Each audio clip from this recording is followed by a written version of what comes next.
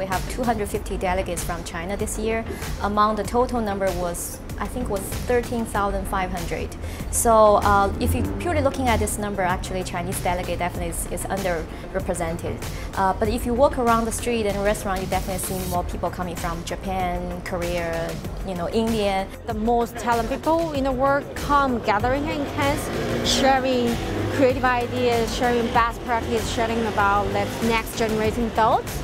And I think China company will benefit a lot from those information and thinking what's actually applicable to China. I see China as nothing but upside opportunity. Right? So it comes with its challenges, but for us it's really more about opportunity. China has the biggest consumer base.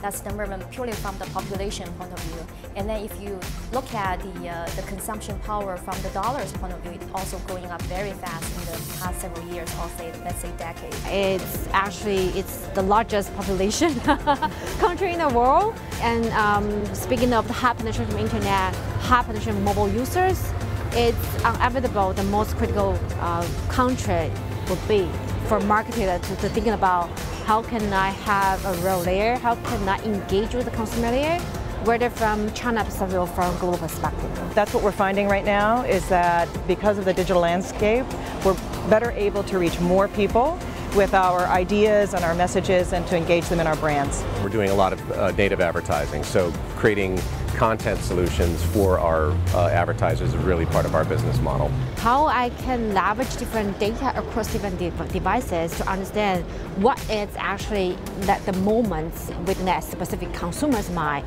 What do they want and what do they want to buy and what are they interested in?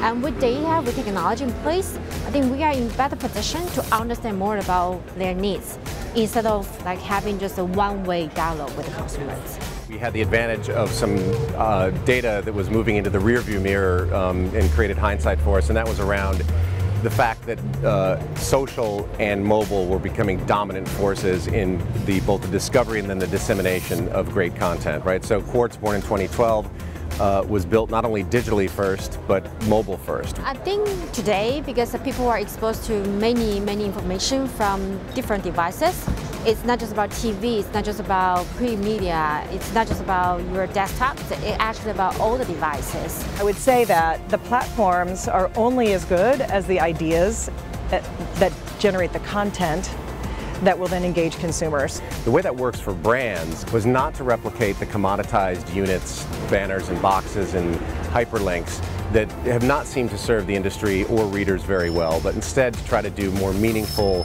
high-impact advertising. We look at big data, we look at analytical, we look at different ad technology, because we believe in the future all those will be integrated. Only you have all those things adding together, you will be able to provide a solution. I'm really clear about don't get enamored with the technology. The platforms are amazing and the reach is amazing, but if we don't provide content that is rooted in human insight and really creative, then we're not going to accomplish our goals.